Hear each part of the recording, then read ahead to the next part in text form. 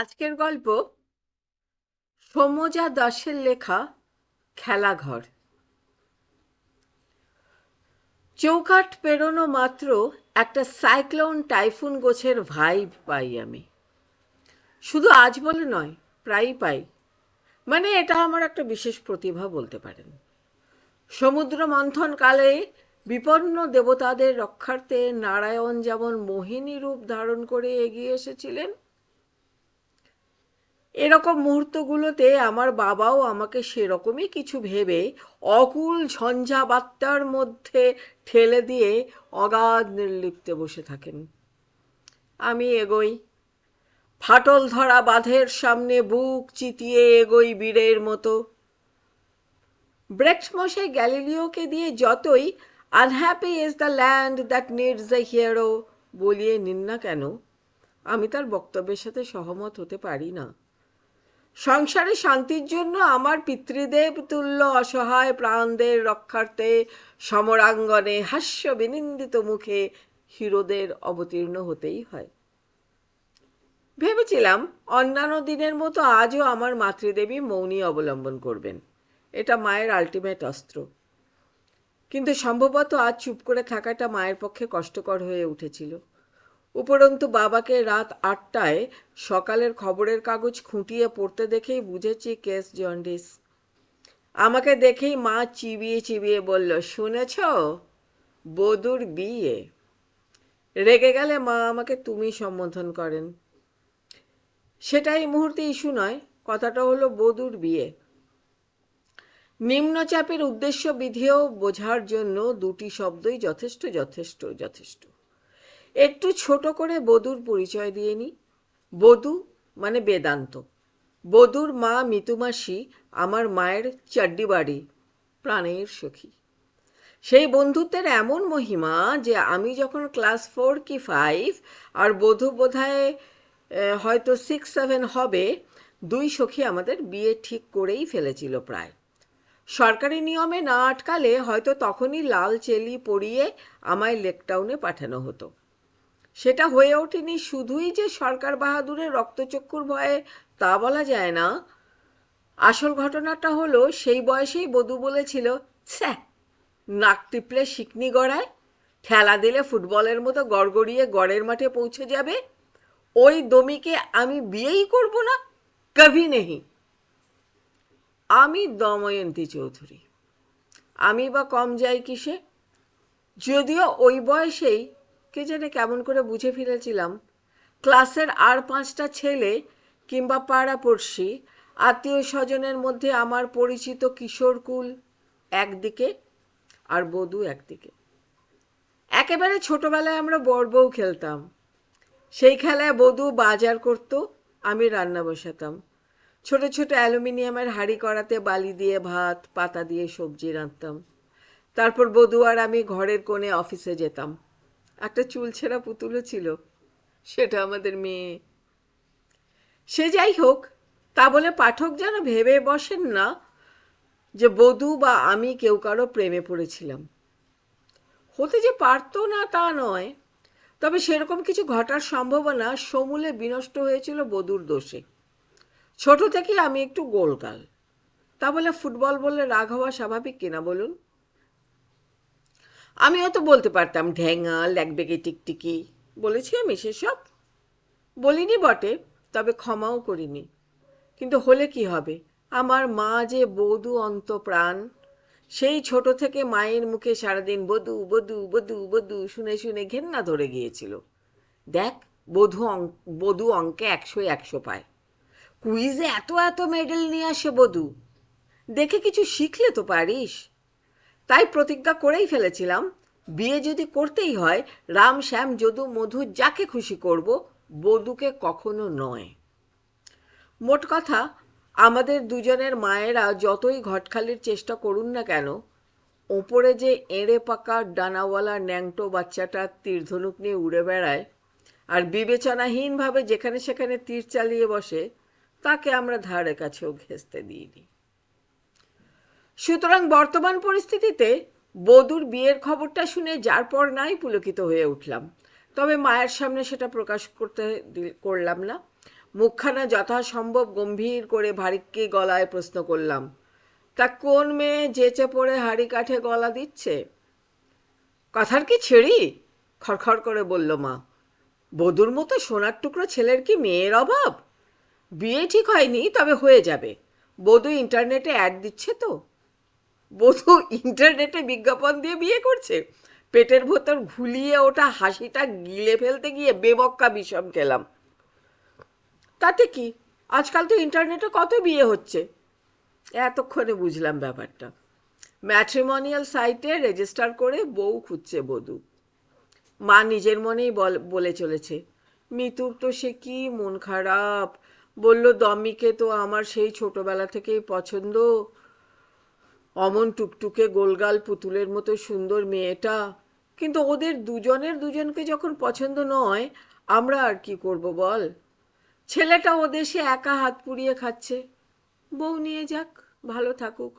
আমাদের বুড়িদের পছন্দ অপছন্দে কি যায় আসে? আবেগের সুনামি একেবারে। হাসি চেপে বললাম, মানে বধূ এদেশ থেকে অ্যাকচুয়ালি রান্নার মাসি হায়ার করে নিয়ে যাচ্ছে বলো? ছাদনাতলা থেকে সোজা মার্কিন মুলুকে এক্সপোর্ট হয়ে যাবে। কেবল বাজে বকনি, ধমকে উঠল মা। বাবা বর্ধমানের বাজি কারখানার বিস্ফোরণে ষড়যন্ত্র খুঁজছে এই মুহূর্তে। মাথাটা খবর কাগজের ভেতর সেধিয়ে গিয়েছে প্রায়। পরিস্থিতির অভিমুখ বদলাতে তাড়াতাড়ি বললাম, খুব খিদে পেয়েছে, তাড়াতাড়ি কিছু খেতে দাও তো। সেই তো, শুধু পেটে টান পড়লেই মাকে মনে পড়ে। গজগজ করতে করতে রান্নাঘরে ঢুকলো মা। অফিসে আজ একটা জরুরি মডিউল ডেলিভারি ছিল। গত কদিন খুব চাপ গিয়েছে। সব মিটিয়ে আজ একটু তাড়াতাড়ি বাড়ি ঢুকেছিলাম। কালকের দিনটা ছুটি নিয়েছি। ইচ্ছে ছিল জমিয়ে একটা ওয়েব সিরিজ দেখব। শুনেছি একটা দারুণ কোরিয়ান থ্রিলার সিরিজ এসেছে। এই মুহূর্তে মায়ের মুখ দেখে মনে হচ্ছে আমার সেই আশায় এক বালতি জল। রাতে খাওয়া দাওয়ার পর অন্যদিন মা বাবার সঙ্গে কিছুটা সময় কাটাই। আজ পরিস্থিতি বুঝে সোজা নিজের গুহায় ঢুকে দৌড় দিলাম।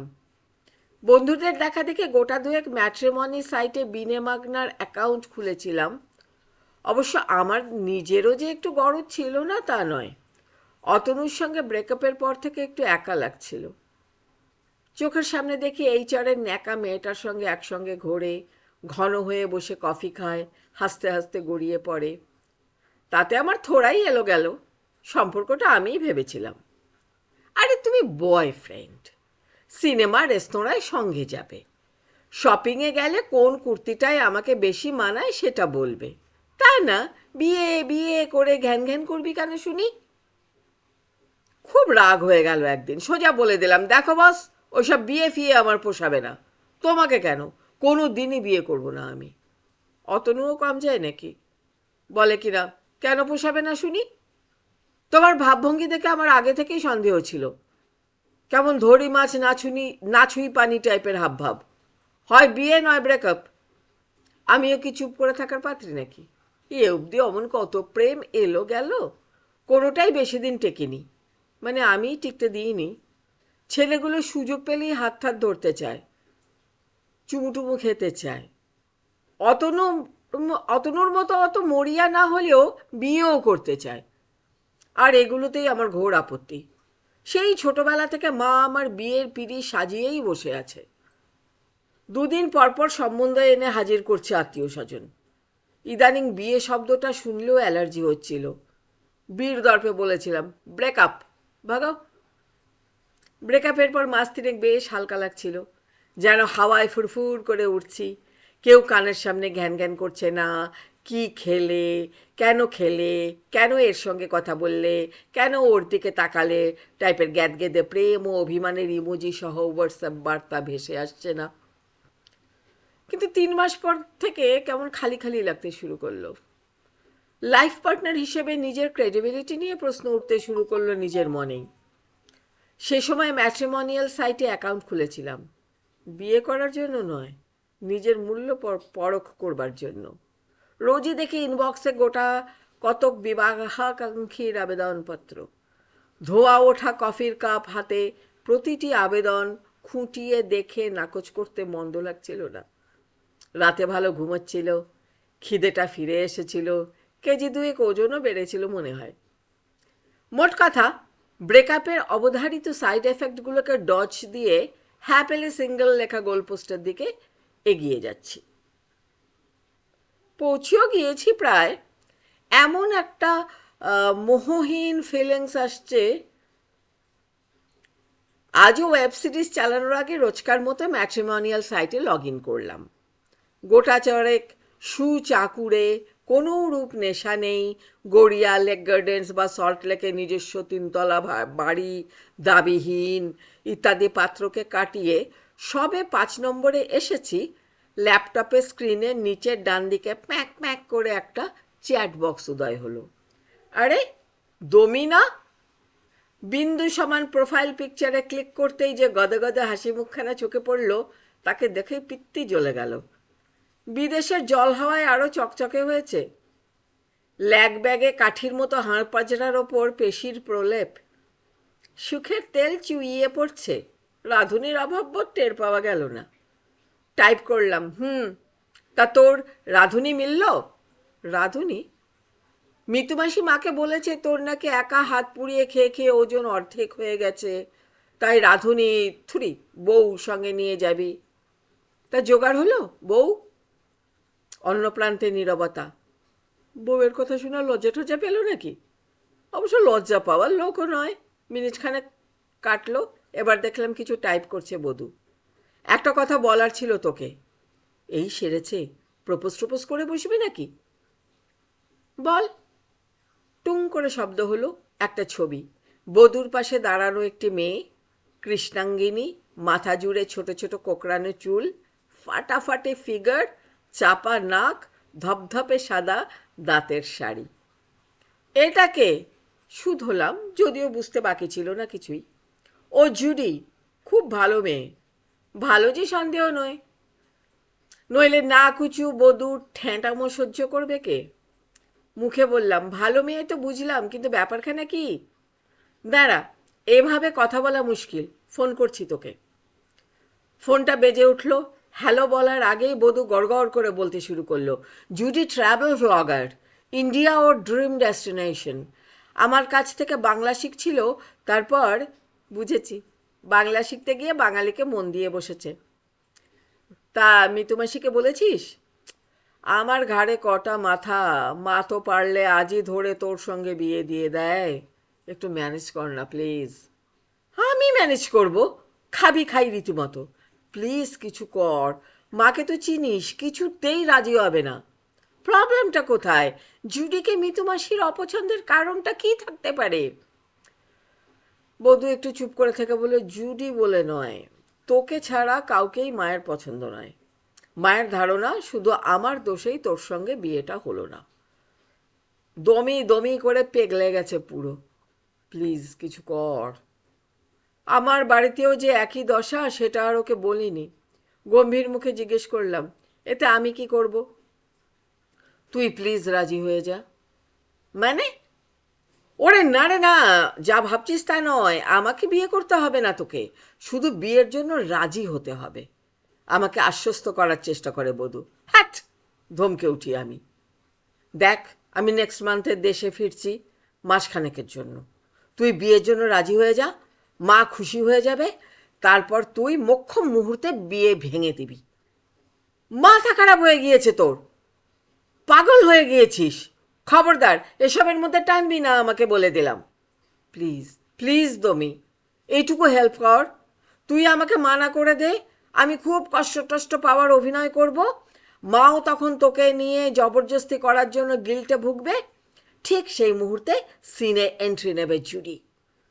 আমাকে সাপোর্ট টাপোর্ট দেবে, মাকে দেখিয়ে দেবে ও কত ভালো মেয়ে, ভালো বউ হতে পারে। মাও তখন বেশি ঝামেলা করবে না আর। তুই বুঝতে পারছিস তো? ওরে সালা, হেব্বি সিয়ানা আছিস তো তুই। পুরো স্ক্রিপ্ট লিখে বসে আছিস। তাই এর জন্য আমাকে দরকার কি? তোকেই তো দরকার। তুই জানিস না এসব ম্যাট্রিমনি সাইট ফাইট সব ফেক। আমার মা আর তোর মা এখনো আমাদের বিয়ের স্বপ্ন ছাড়েনি। এই অবস্থা থেকে বাঁচার একটাই উপায়, প্লিজ রাজি হয়ে যা।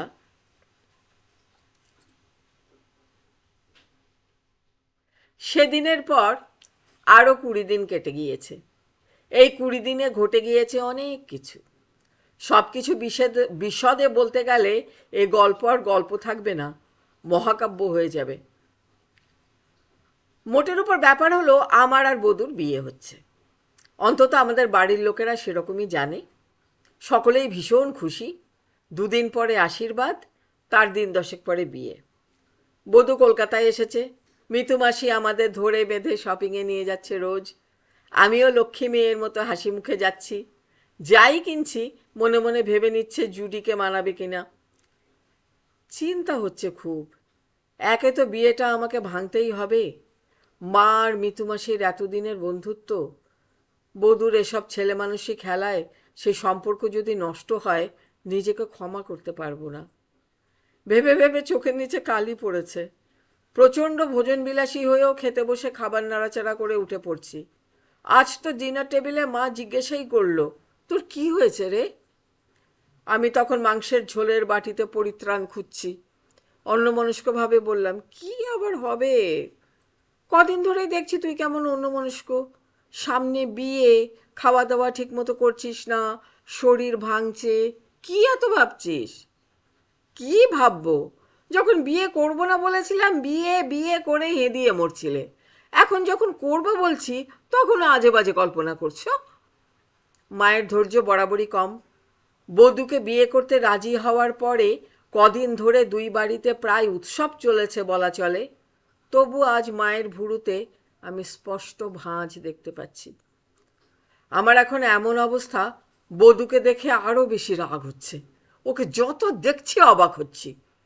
কোনো হেলদোল নেই, যেন সত্যি আমায় বিয়ে করতেই এসেছে দেশে।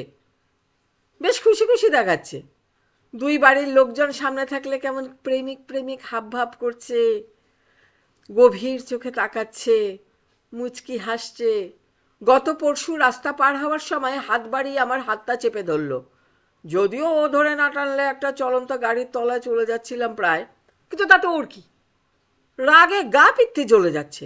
সহ্য করতে না পেরে আড়ালে পাকড়াও করলাম ওকে। এই, তোর জুডির খবর কি? নো ওয়ারিজ, নির্দিষ্ট সময় এসে পড়বে, তারপর তোর ছুটি। মাথার ভেতর জ্বলন্ত আগ্নেয়গিরি, যে কোনো মুহূর্তে বিস্ফোরণের অপেক্ষায়। গনগনে স্বরে বললাম, কবে আসবে? আমার আর এসব ভালো লাগছে না। বধূ সরাসরি তাকালো আমার মুখের দিকে, বলল, এই দমি, মাঝপথে ফাঁসাবি না বলে দিলাম। Deal is deal. Deal is deal, খিচিয়ে উঠলাম আমি। মামদোবাজি হচ্ছে? আমার কাঁধে বন্দুক রেখে তুই নিজের স্বার্থসিদ্ধি করছিস? লজ্জা করে না? তোর কি? তুই তো জুডিকে নিয়ে দিব্যি কেটে পড়বি। আমাকে এখানেই থাকতে হবে। তারপরে মিতু মাসির কাছে কিভাবে মুখ দেখাবো ভেবে দেখেছিস? কথাগুলি বলতে বলতে কে জানে কেন এক পশলা জল আমার চোখের আগল ভেঙে গড়িয়ে পড়ল। নিজের ছেলে মানুষেতে নিজেই লজ্জা পেলাম। আমি তো এমন ছিচকা দুনে ন্যাকা বোকা মেয়ে নই। তাড়াতাড়ি চোখের জল মুছে বধূর মুখের দিকে তাকিয়ে দেখি ও আমার দিকেই তাকিয়ে আছে। নরম গলায় বলল, কাঁদছিস কেন? বললাম তো, জুডির সঙ্গে বিয়ের পর মাকে সব বুঝিয়ে বলবো, কিচ্ছু লুকোবো না। মাও তোর উপরে রাগ করে থাকবে না আর। সেলফিশ জায়ান্ট, চাপা গলায় গর্জন করলাম। ওকে আর কিছু বলার সুযোগ না দিয়ে চলে গেলাম বাড়ির ভেতরে। আজ আমাদের আশীর্বাদ। সকাল থেকে বাড়িতে সাজো সাজো রব। মা আর গীতামাসি মিলে সেই দুপুর থেকে হরেক পদ রান্না করে যাচ্ছে। ওরা এখনো জানে না এসব রান্না আজ কারো মুখে রুচবে না। আশীর্বাদে আগেই আমার আর বধূর মধ্যে ভয়ঙ্কর ঝগড়া হবে, তারপর আমি বিয়ে ভেঙে দেব। সন্ধ্যে 7টা নাগাদ ওরা এলো আমাদের বাড়িতে। মিতু মাসি ঘরে ঢুকেই আমাকে জড়িয়ে ধরল, চুমু খেলো 2 গালে।